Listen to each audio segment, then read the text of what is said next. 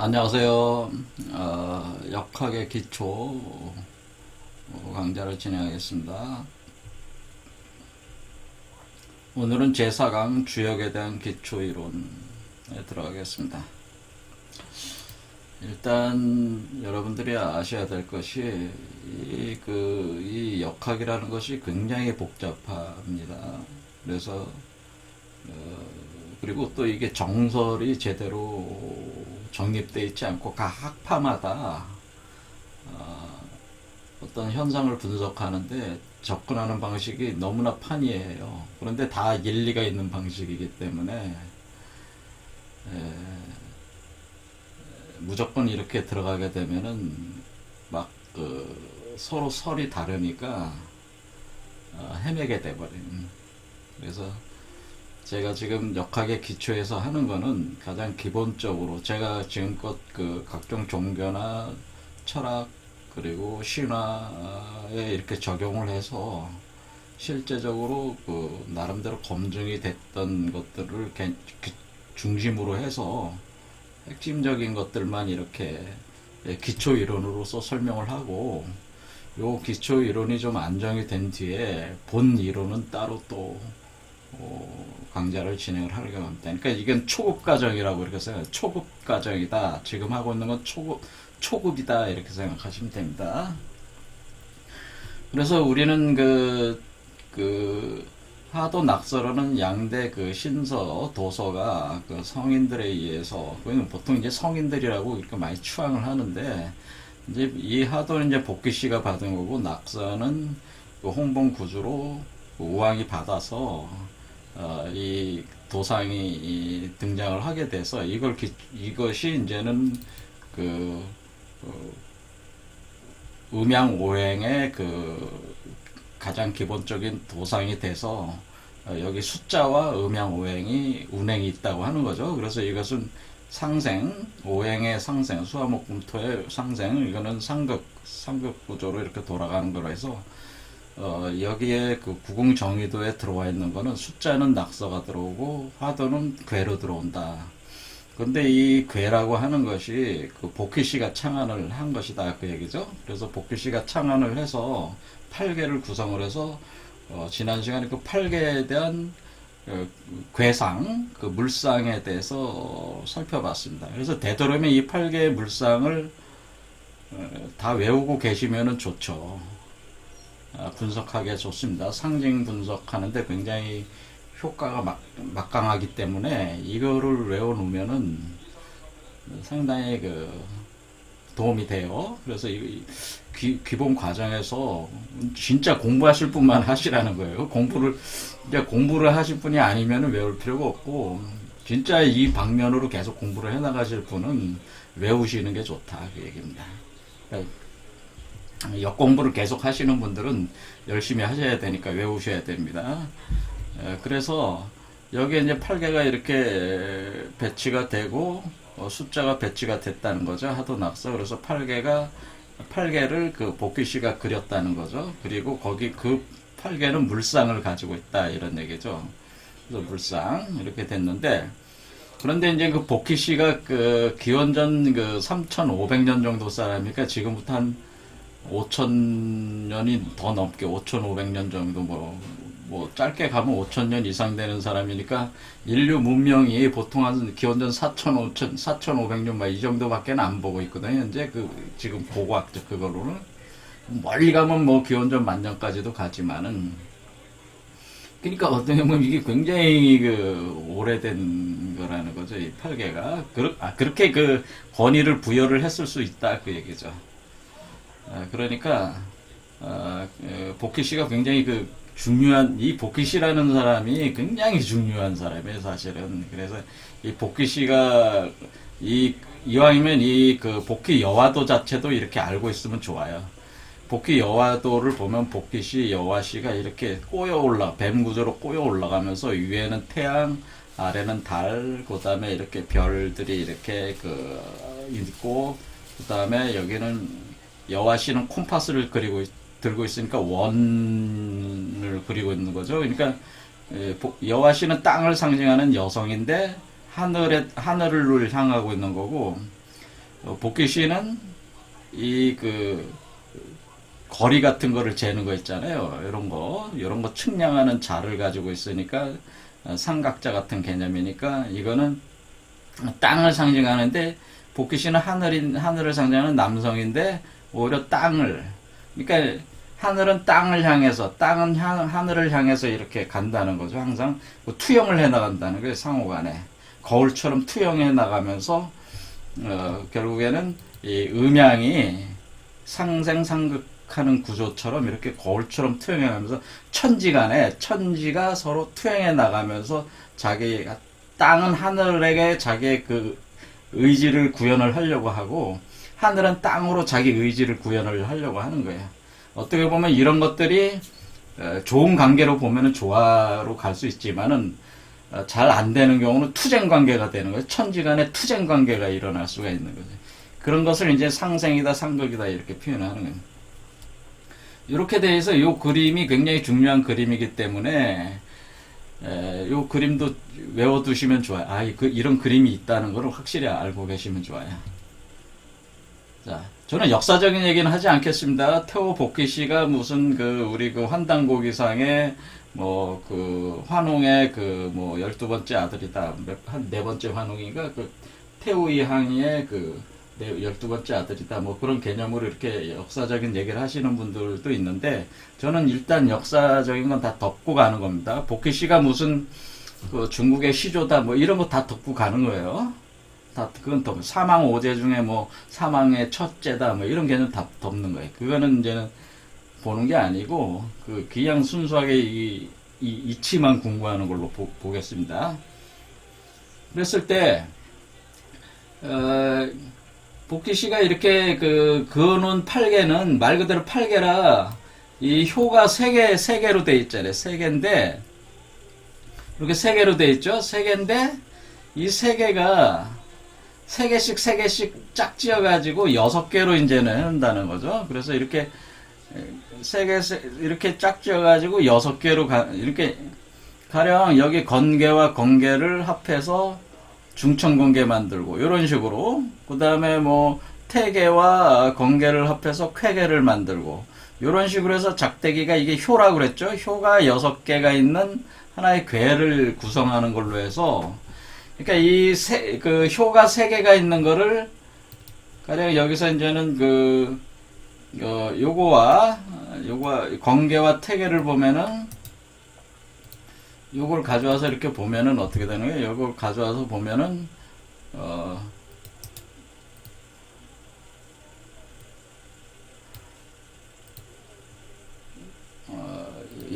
요걸 가져가서 이렇게 보는 게 낫겠죠?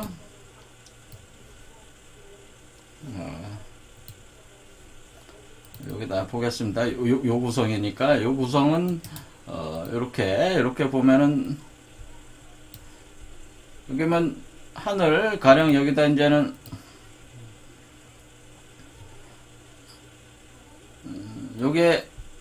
요거에다가 이렇게 해가지고 하면은, 요게 건개잖아요. 건개가, 요걸 이제 소성계라고 그러는 거야. 소성계. 일단 효가 3개인 거는 이게 하나하나가 효라고 그랬죠. 양효, 음효로 돼 있으니 이게 소성계.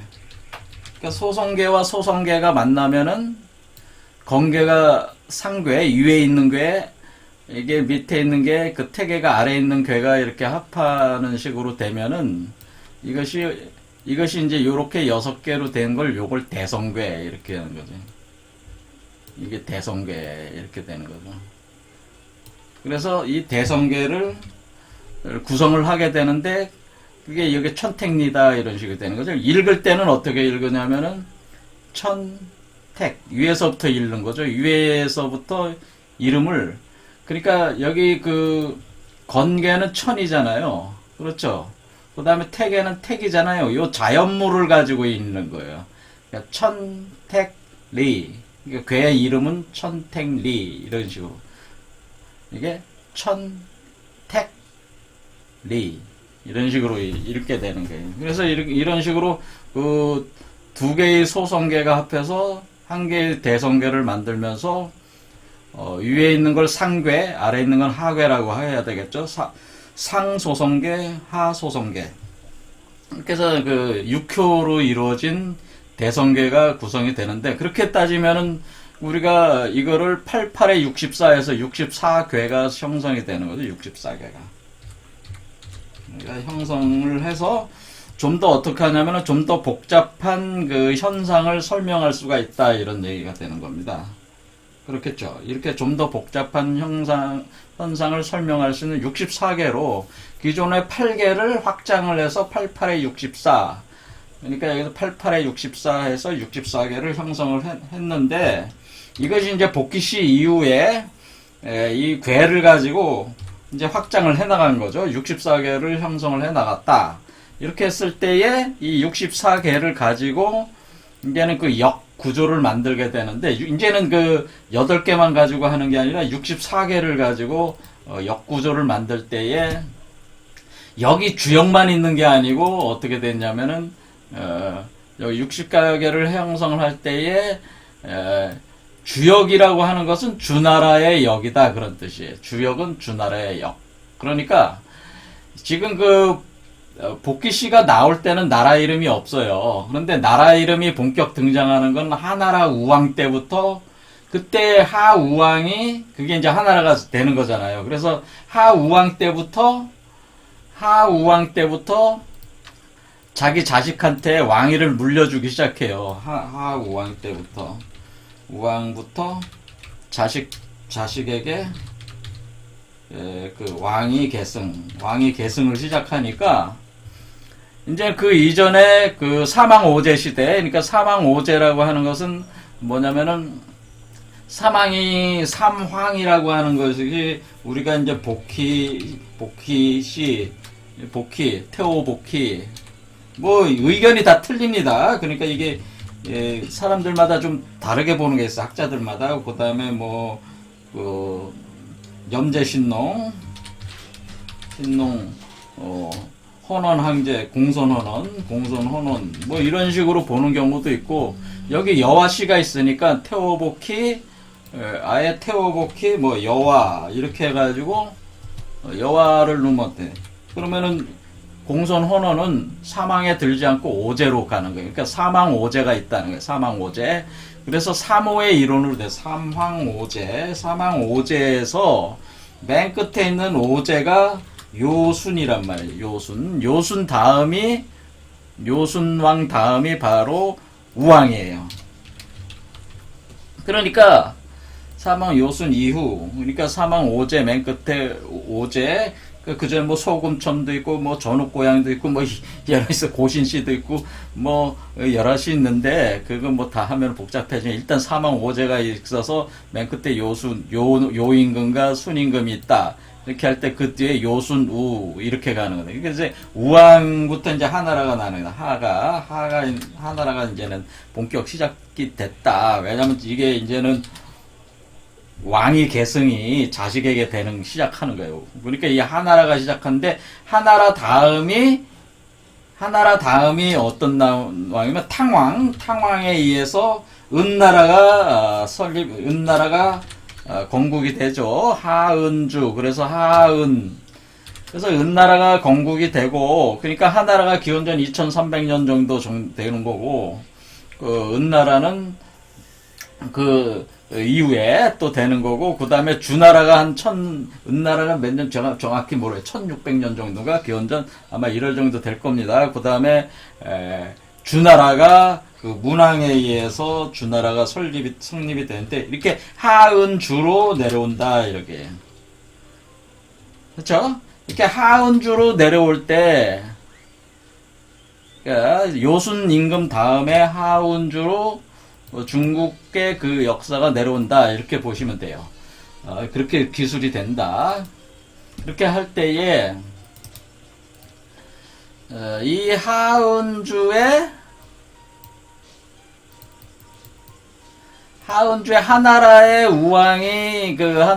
우왕이 낙서, 홍봉구주가 그때 이제는 그 거북이가 등에 들고 나오면서 낙서가 이제 성립이 됐는데, 하나라의 우왕 이때 당시에는 이 주역이라고 하는 거는 주나라의 역이다고 하는 거니까 하나라에도 역이 있었을 거 아니에요. 은나라에도 역이 있다. 이런 식의 생각을 가져서 하나라에 있는 하나라에 나온 역은 연산역이라고. 그 다음에 은나라 역은 귀장역.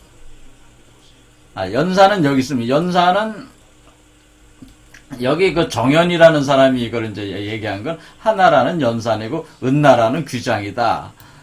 그냥 이렇게 얘기하는데 주나라는 주역이다. 이렇게 얘기를 한다. 그 얘기.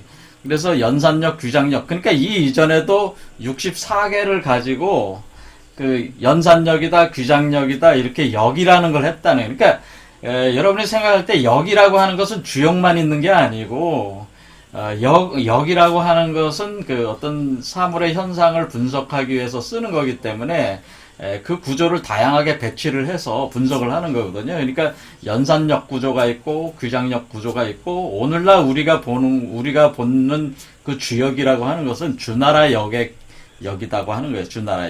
주나라역이라는 개념을 가지고 있는 것이다. 그래서 우선 그러니까 주역을 절대적으로 생각하시면 안 된다는 걸 제가 말씀드리려고 해요.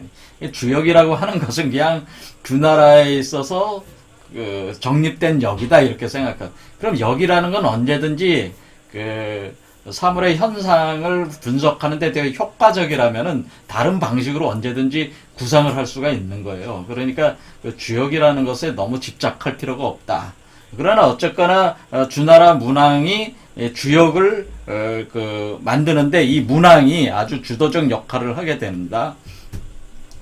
그 문항이라는 사람이, 이 사람은 이제 주나라를 세운 사람인데, 여러분도 이제 다 아시는 사람이 누가 등장을 해요? 강태공이라는 사람이 등장해. 강태공.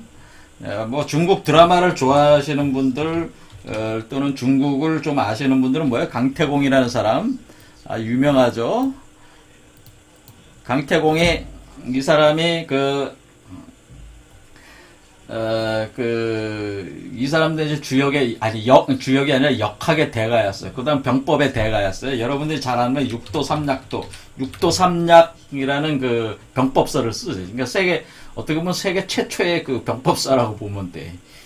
강태공이라는 분이 이런 그 병법서를 쓰신 분인데, 이분이 우리 한국의 강씨들 있잖아요. 그 강씨의 그 시조이기도 해요. 이분이. 그래서 무슨 강씨인가 그 시조예요. 그러니까 강준산이라는 분 있죠. 그분도 이 강태공의 후손이에요. 그래서 요 강태공이 육도삼약을 지으신 분인데, 이분이 문항이 강태공을 초빙을 해서 군사로 삼았어요. 그래서 문항이 이 탕왕의 맨 마지막 왕이 주왕이라고 했는데, 그 사람이 달기한테 빠져가지고 한마디로 나라가 엉망진창이 되는 거예요. 은나라가. 그러니까 탕왕은 이 은나라의 시조니까, 그러니까 은나라 마지막 왕이 이제 망할 때에 이 문항을 유리라는 지역의 감옥에다 가둬놔요. 왜냐하면 주나라 문항이 워낙에 명망이 높아서 자기한테 위협이 되니까 이렇게 가둬놓는다고. 가둬놨을 때 몇 년 8년인가 가둬놓는데, 거기서 이 문항이 한 일이 뭐냐면 주역을 만든 거예요. 주역을. 그때 문항이 뭐를 하냐면은 이 64개에 대한 괴사. 그러니까 64개니까 어떻게 돼? 64개, 64개, 여기 있는 64개, 64개의 괴사, 각 괴가 무엇을 의미하고 있는가에 대한 괴사를 만듭니다. 괴사. 그래서 문항이 감옥에서 괴사를 지어요. 그러니까 괴사가 몇 개겠어요? 괴사가 64개가 64개로 돼 있는 64개의 괴사가 성립이 되는 거죠. 그래서 거기서 다 지었는데, 탕왕이 아니라 자꾸 탕왕이라니. 은나라 마지막 왕에는 이게 주왕이 있어요. 주왕이라는 친구인데, 이 주자가 아니고, 주왕이라고 있습니다. 그 주왕이 달기한테 빠져가지고, 문항을 시험을 합니다. 그러니까 어떻게 하냐면은, 문항의 첫째 아들이 백우고라고 있는데 백우고가 문왕을 석방시켜 보려고 이 은나라 수도로 왔죠. 은나라 수도로 왔는데 그 백우고를 죽여요. 주왕이 죽여가지고 백우고를 고기만두로 만들어 버려요. 만들어가지고 이 감옥에 있었던 문왕한테 그 고기를 보내요. 먹으라고. 근데 문왕은 주역에 능통한 사람이었기 때문에 이 고기가 자기 아들이 죽어서 이렇게 고기로 다져진 걸 알았어요. 근데 알았는데 그걸 먹었어요. 그러니까 주왕이, 그러니까 한번 이때는 어때, 봉건 시대니까 주왕은 왕이고 문왕은 서주라고 하는 서주의 제후국이에요. 제후국. 그러니까 제후국의 제후니까 뭐 왕이 내려주는 거니까 먹은 거지, 감옥에 있으면. 근데 모른 척하고 먹은 거죠. 그러니까 이 은주왕이, 마지막 왕이 성현이라고 알려졌는데, 문왕이 뭐 주역에도 아주 능통한다고 알려져 있었으니까. 그런데 알고 봤더니 뭐 자기 아들인지도 모르고 고기를 먹더라. 멍청하다. 뭐 저런 정도면은 내가 뭐 얼마 걱정할 필요가 없겠다. 이렇게 해서 문왕을 풀어줘요. 그래서 문왕이 돌아와서 어떻게 하냐면은 강태공을 이제는 돌아와서 보니까 이제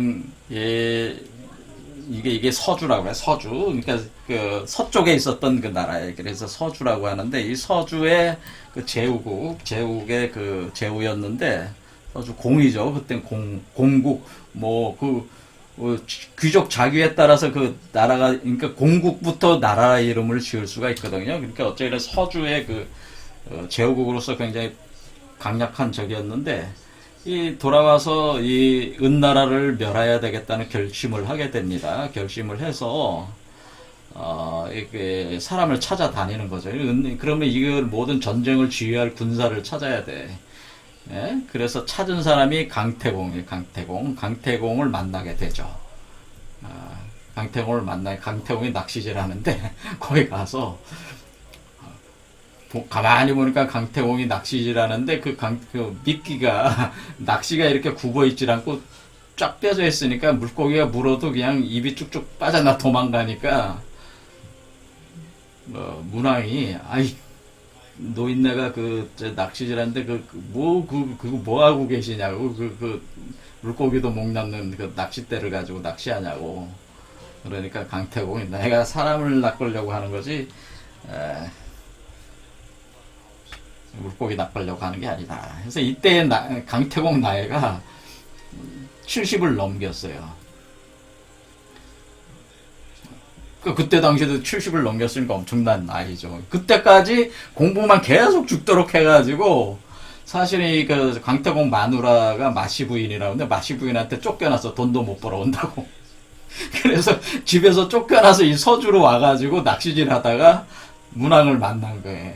그래서 강태공을 초빙을 해서 강태공이 군사가 되는 거죠. 군사가 돼가지고 근데 이제 전쟁을 하려고 다 준비를 하고 있는 중에 문왕이 죽었어요. 그래서 문왕 다음에 누가 있냐면 이제 무왕이라고 있어요. 무왕이라고 써서 무왕하고 같이 강태공이 은나라를 멸하게 됩니다. 은나라를 멸하게 돼요. 그래서 여기에 관련된 이야기를 하나의 이야기로 만든 게, 여러분들이 중국 드라마에서 봉진방, 봉진연희, 이런 게 이제는 여기에 관련된 한마디로 천개의 신선들하고 요마계의 신선들 간의 싸움으로 각색을 하면서, 그러니까 봉진연희, 봉진방 이야기는 마치 뭐와 같냐면 트로이 전쟁하고 좀 비슷해요. 트로이 전쟁도 신들이 전쟁에 참여하잖아요. 그렇죠? 그리스 편에 선 신들, 트로이 쪽에 선 신들이 각각 참여를 해서 신들도 같이 전쟁을 한다고. 마치 그와 마찬가지로 봉신연희에서도 신들이 다 참여를 해서 싸워. 인간들과 같이 속에 들어가서. 그렇게 할 때에 그와 비슷해, 봉신연희가. 그런데 그걸 총지휘한 게 강태공이라니. 그게 이제 봉신연희예요. 그래서 이 강태공이라는 사람이 이 전쟁을 승리로 이끌어서 지금 산동성 거의 전체를 본국으로 하사를 받아야 본국 그 공로로. 그러니까 이제 돌아오니까 그 공국에 이제 또 왕이 이제 오나라라고 그래야 되나 그 오왕이 돼서 돌아오니까 그 마누라가 그때 자기 남편이 돌아오는 거 아니에요. 그러니까 가서 그냥 자기 남편 돌아오니까 자기도 이제는 완전히 저기 한 거 아니야. 완전히 핀 거 아니야. 그러니까 막 남편한테 달려가서 우리 남편 아마 금이 환영한다고 가서 막 내가 부인이라고 하면서 막 앞에 나가서 남편한테 막 저기 하니까 강태공이 얼굴색을 딱 변하면서 거기 물 한 동이를 길어오라고 그래서 물 한 동이를 길어왔죠. 마시 부인이. 그래서 길어오니까 한번 바닥에 쏟아보라고. 쏟으니까 그거 한번 다시 담아보라고 하네. 이거 어떻게 담아요, 그걸. 그러니까 이미 끝났다. 하는 거죠. 자, 그러니까, 강태공이 신인인 줄도 모르고, 그, 남편을 구박을 해대면서 내쫓아가지고, 강태공은 뭐 그것 때문에 공부한 건 아니죠. 뭐 이갈면서 뭐 복수하려고 한 건 아니고 자기가 뜻이 원대하니까 공부를 한 거죠. 근데 나이가 70이 넘어서까지 계속 집안일은 신경도 안 쓰고 공부만 하니까 여자 입장에서 열불이 터졌는데 그 뜻을 알 수가 없는 거죠. 강태공이 인물을 못 알아봤으니까 그런 건데 아무튼 강태공이 이렇게 내쳐버렸습니다. 그런데 제가 또 뭔 얘기를 하려고 그러냐면, 이 무왕이 또 죽었어요. 그래서 무왕의 아들인 성왕이 있어요, 성왕. 여기 성왕이라는 무왕의 아들이 또 이제 성왕이 왕이 됐는데, 이때 성왕 나이가 8살인가 밖에 안 됐어요. 그런데 그때 강태공의 딸하고 결혼을 시켰어, 성왕을. 그런데 이 문왕의 아들이잖아요, 무왕이. 그러니까 그 문왕의 아들들이 또 많단 말이에요. 그러니까 성왕이 왕이 되니까 주변에 그 삼촌들이죠. 삼촌들이 성왕을 몰아내고 왕위를 차지하려고 막 그러잖아요. 그러니까 그 성왕을 그때 강태공하고 같이 성왕을 보자 하면서 지켜낸 사람이 누구냐면은 주공이라는 사람이 있어요, 주공. 주나라의 공작이다, 주공이라는 사람이 있어가지고, 이 주공이 그 셋째 아들인가 그렇습니다. 희발인가 그래. 이름 뭐 다 까먹었는데, 과거 이름. 그러니까 문왕의 셋째 아들인가 그래. 그러니까 무왕이 둘째 아들, 첫째 아들은 죽었잖아, 백업고는. 그러니까 이 주공이 성왕을 보좌를 해서, 성왕이 자리 잡을 때까지 전력으로 보좌를 해서, 그 공로로 어리를 하사받냐면은 엄택곡부라고 하는. 그래서 지금 그 공자가 태어나서 자란 데가 그 활동하던 데가 노나라잖아요. 그러니까 그 노나라가는 나중에 생긴 나라고 그 지역이 원래 엄택이라고 하는 것이 그 엄택이라는 것을 주공이 하사받고 그 엄택에서 생긴 노나라에서 공자가 태어난 거예요. 그러니까 이게 도의 맥이 그렇게 흘러가는 거죠. 이렇게. 그러니까, 근데 이 주공이 뭐냐면, 주공이 효사. 그러니까 효사는 뭐야? 효사는, 우리가 효사라는 게 지금 그 64개마다 6개의 효가 있잖아요. 그러니까 효가 몇 개야? 384개가 있어. 그러니까 384개의 효사를 짓고, 그 다음에 거기에 용구, 용육이라는 걸 지어요. 건계, 효사를 짓고, 거기에 또 용구, 용육이라는, 그러니까 용구, 용육. 그러니까 구와 육을 쓰는 방식에 대한, 그거를 건계에서의 용구, 곤계에서의 용육. 요 용구, 용육이라는 개념, 요걸 가지고, 글을 짓는 거죠. 그러니까 어떻게 되는 게 그 문왕부터 시작해서 64 더하기 384 더하기 자 2개 하면 450이에 450수에 딱 맞췄어. 450수에 딱 맞춘 것이 지금 이거를 역경이라고 하는 거예요. 역경. 이게 역경.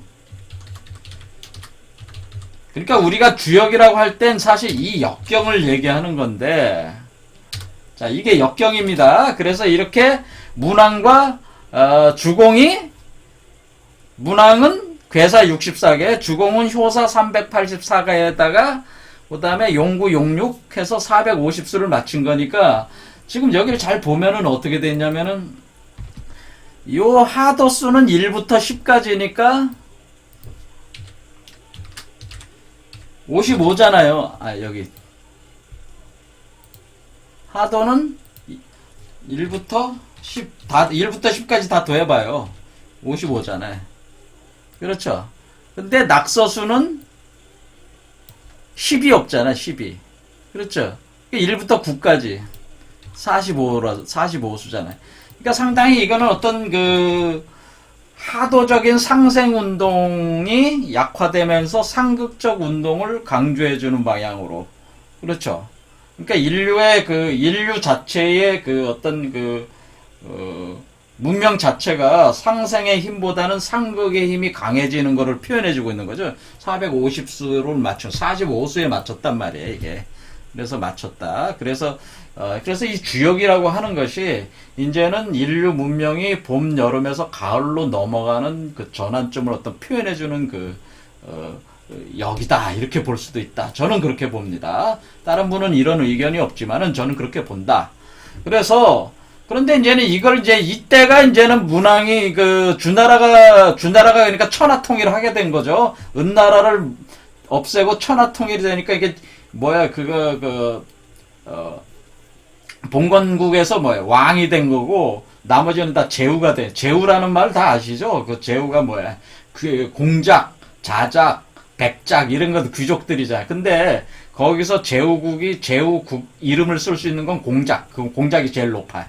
그러니까 제후국. 그러니까 주나라를 이렇게 완성을 한 거죠. 은나라를 다 무너뜨리고. 그래서, 이렇게 된 건데, 그런데 여기에서 이제 계속 가다 어떻게 되는 거예요? 그 다음에 이제 주나라 다음에 무슨 나라가 있어요?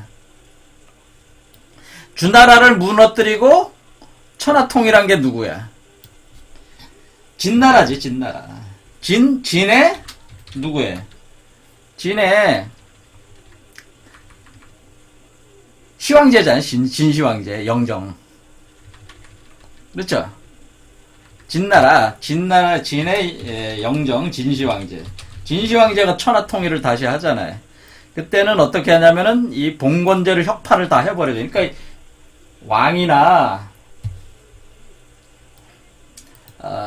제국 같은 거 다 엎쳐버리고, 어때? 다 군현제로 바꾸면서, 중앙 집중 통제로 다 바꿔버리잖아요. 그러니까 이제는 관리를 파견해서 하는 거잖아요. 옛날에 이제 왕 아래 제후들이 땅덩어리 나눠져서 다스리게 하던 걸 다 없애버리고 그냥 진나라가 잘한 게 그거예요. 그러니까 진한 시대에 이 군현제가 정착이 되면서 진정한 통일 왕국이 되는 거죠. 중앙 집중적인 통일 왕국이 건설된 게 바로 진시황제죠. 그래서 왜 그래요? 이 왕이 있고 제후가 있으면 제후가 항상 반란을 일으킬 수 있잖아요. 왜냐면 지배력이 강하지 않거든. 근데 이 진나라는 중앙에서 관리들을 파견해서 하는 거니까 중앙 집중력이 강해지는 거죠. 그렇게 되는 거죠. 그런데 요때 이제는 진나라가 언제 성립된 거예요, 이게? 기원전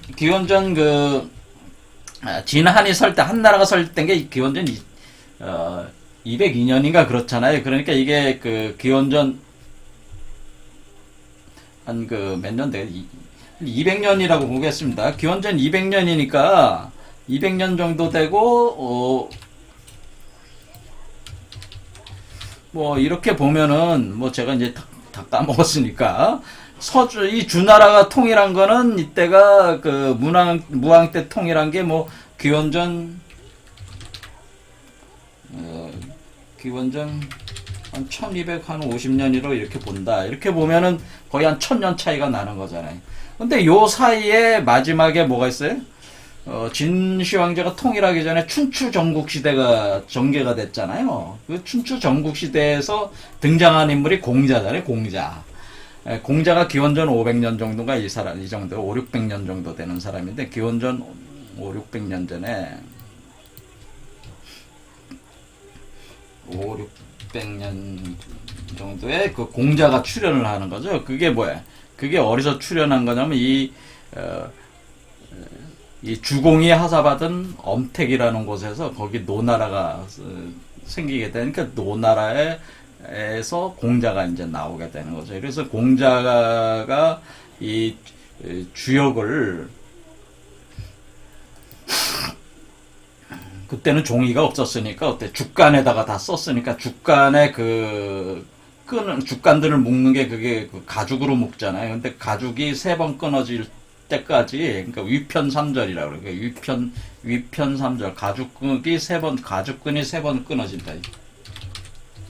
가죽끈이 3번 끊어질 때까지 그 주역 공부를 한다. 주역 공부를. 근데 이 사람이 그 공자가 주역 공부를 한 게 나이가 40 넘어서 훨씬 넘어서 이걸 얻어서 한 거예요. 그러니까 거의 50 가까이 돼서 한 거기 때문에 시작한 거예요, 공부를. 그러니까 그때부터 열심히 공부를 한 거죠. 공부를 해서 이걸 이제 터득을 해서 이분이 이제는 이 역경 그러니까 뭐예요? 역경을 얻은 거죠. 역경을 얻어서 공부를 한 거죠. 그러니까 주역을 공부했다기보다는 역경 공부를 한 거죠. 역경을 공부를 하다가 들리는 얘기는 이제 전설로는 이제는 역경 공부를 마치고 그 십익이라는 거를 적거든요. 십익. 이걸 이제 역전이라고 하기도 합니다. 그러니까 역경과 역전은 틀려요.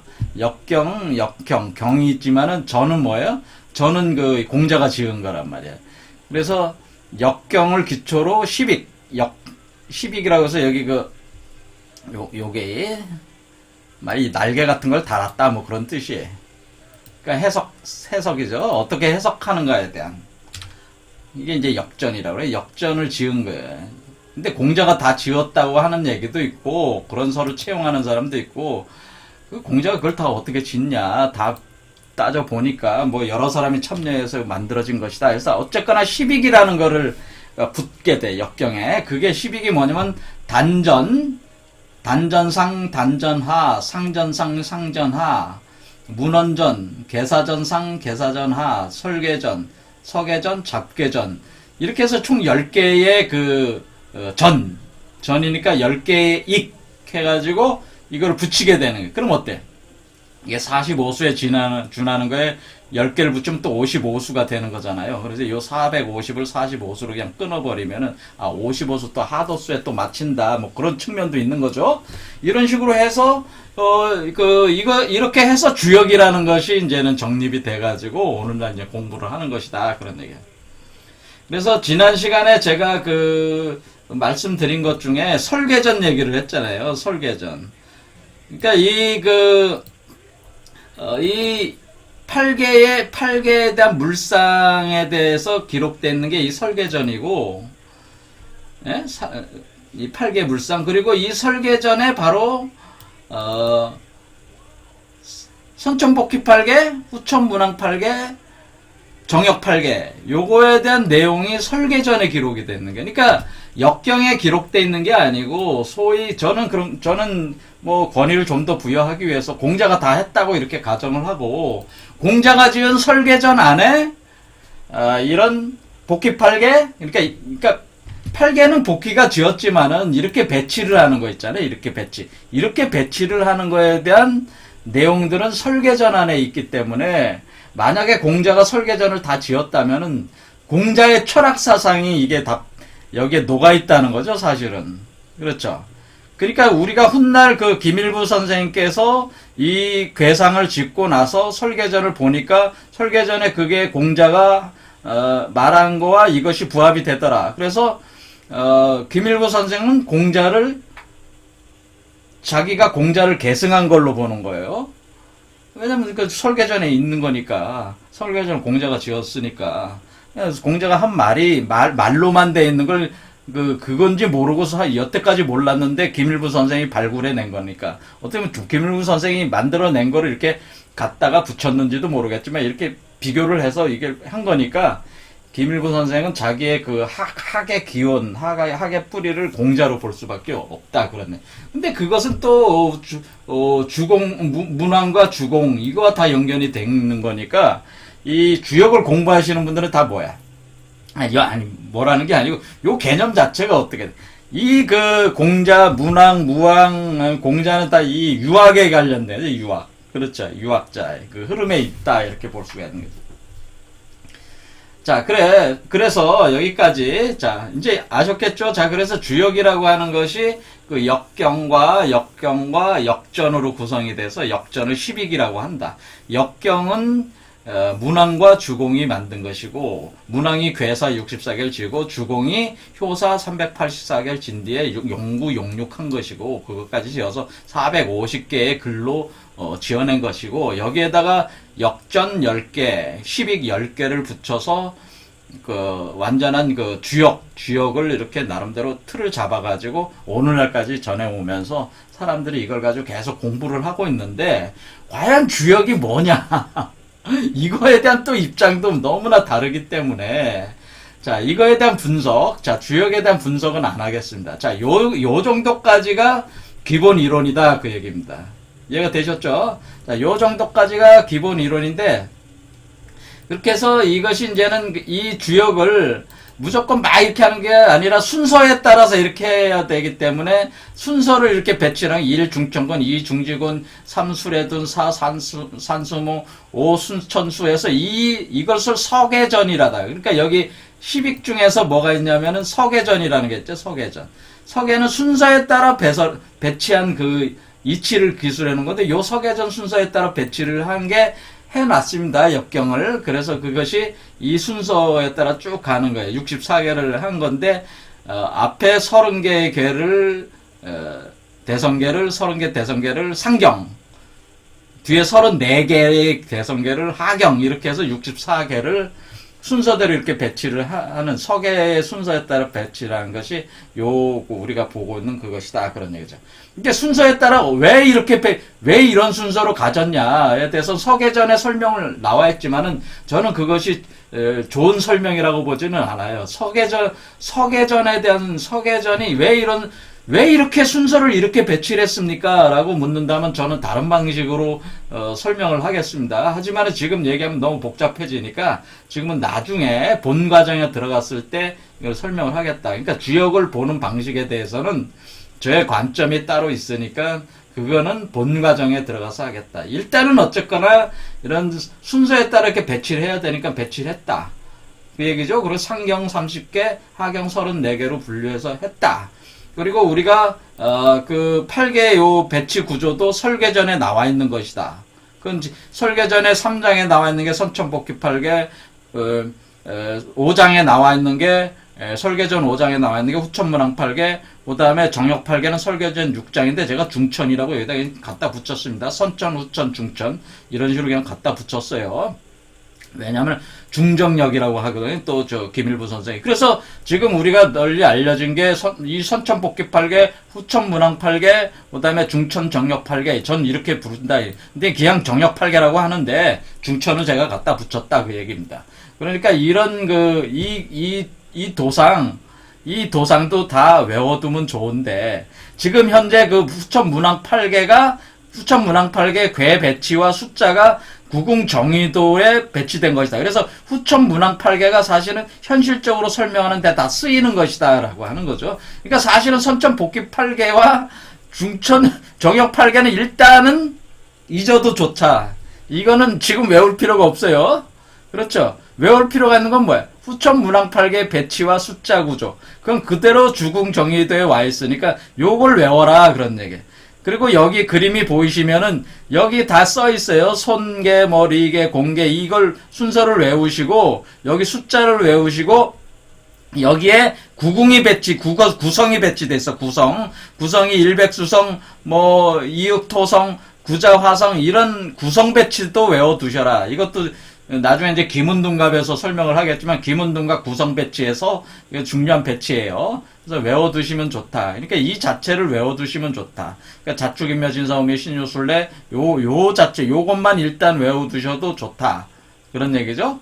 자, 지지만 배치해놨습니다. 자, 청가는 배치 안 하고, 그러니까 요런 식으로 된 요 도상을 외워놓으면은 요것이 후천 문항8개가 그대로 들어와 있는 거고 하는 거니까 요것만 외워두면은 일단은 기본은 좀 될 거다라고 하는 거죠. 그러니까 우리는 64개를 다 보지 않습니다. 64개는 다 보지 않고 그러면 너무 공부가 깊어지니까 우선 기본적인 걸 해야 돼. 왜?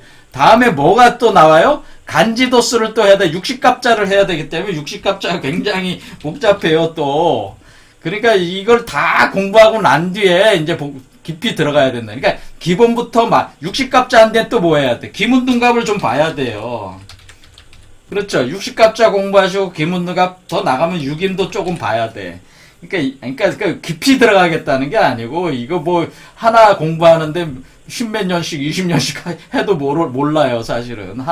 요 기문등갑 6임 같은 거 공부하는 분들은 10몇 년을 해도 헤매시는 분들이기 때문에 저도 이런 걸 뭐 깊이 공부를 해서 뭐 실제로 점치려고 하는 거는 아니고, 하지만 기본적인 기본적인 개념들을 알아두면 좋으니까, 야, 이것까지 다 한 뒤에, 기본적인 걸 다 한 뒤에, 그때부터 이제 본격적으로, 야산 이달 선생의 역, 그 다음에 뭐, 김일부 선생님의 역, 그 다음 삼역대경의 역, 그 다음에 뭐, 강진환 선생의 현무경 역, 이런 거 개념으로 심화시켜 나갈 거니까요.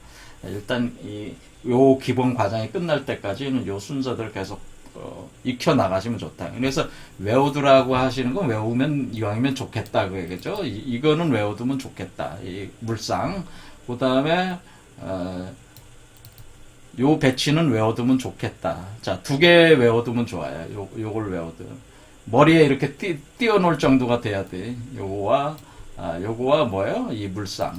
요 물상은 외워두면 좋겠다. 그런 얘기입니다. 그 다음에 하도 구성이나 낙서 구성은 숫자만 아니면 되니까 숫자 배치는 뭐, 요것만 외우면 숫자 다 배치가 되는 거니까, 요 하도 낙서 구성이 다 되는 거니까, 요것만 외워도 된다. 자, 그래서 오늘 여기까지 하겠습니다. 자, 감사합니다.